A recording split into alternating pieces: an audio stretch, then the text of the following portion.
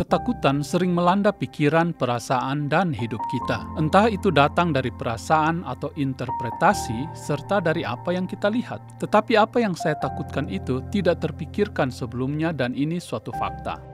Pada tahun 2009 dari Guinea-Bissau, saya mengikuti seminar kepemimpinan WEC Internasional di Jerman. Setelah seminar tersebut, masih ada beberapa hari di mana saya masih boleh tinggal di Jerman sebelum kembali ke Guinea-Bissau. Karena itu, waktu yang ada, saya memakainya untuk mengunjungi beberapa hamba Tuhan yang dulu pernah melayani di Indonesia, bahkan mereka dipakai oleh Tuhan dalam membentuk kami di I3 Batu. Di saat mengunjungi seorang bapak yang saya kasihi, beliau berkata demikian, "Pak Titus, kami sudah berdoa hampir 15 tahun untuk kesehatan Bapak, terutama dengan masalah liver, hepatitis B dalam hal ini. Apakah Tuhan belum membuat mujizat? Ayo, kami mau membawa Pak Titus ke klinik di Tübingen untuk diperiksa." Kami pun berangkat ke klinik tropikal di Tübingen. Di saat bertemu dengan dokter, saya diminta untuk melihat jari telunjuk beliau dan mata saya harus melihat di saat pergerakan telunjuknya. "Oh, matamu baik," katanya. Setelah itu, beliau meminta saya menelan air ludah dan kemudian beliau meminta diulangi hingga 3 kali.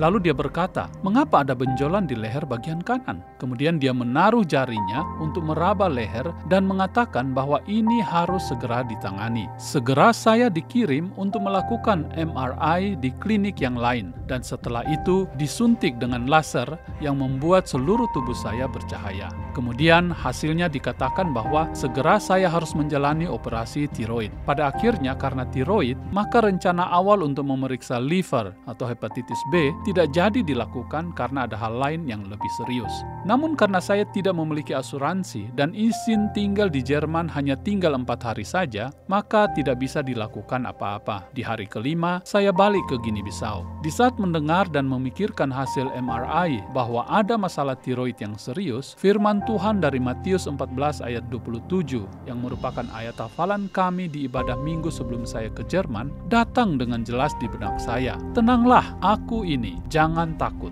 Benar, saya menerima ketenangan dan damai sejahtera bahwa hidup saya ada di tangan Bapa yang setia, Maha Kuasa, dan Maha Baik. Tidak ada sesuatu pun yang terjadi di luar pengetahuan dan pengendaliannya. Saya merasa aman dan tenang karena mengetahui bahwa Bapa yang baik selalu menjadi solusi bagi semua yang terjadi dalam hidup ini. Pada tahun 2010, setelah setahun hidup di Guinea-Bissau dengan masalah yang baru, yakni tiroid, di samping masalah liver yang sejak tahun 1996 saya terima melalui transfusi darah dalam operasi usus buntu yang sudah 3 minggu pecah di Brasil, saya kembali untuk cuti di tanah air. Saya berkesempatan transit beberapa hari di Singapura dan bisa berkonsultasi dengan Dr. Goh Yu Hong, seorang anak Tuhan yang juga merupakan dokter ahli tiroid di mana beliau pernah mengoperasikan penyakit gondok dari seorang anak dari Pulau Sumba yang bernama Lukas dan 12 kg gondok berhasil diangkat dan hasilnya baik. Saya diperkenalkan dan berkonsultasi dengan beliau.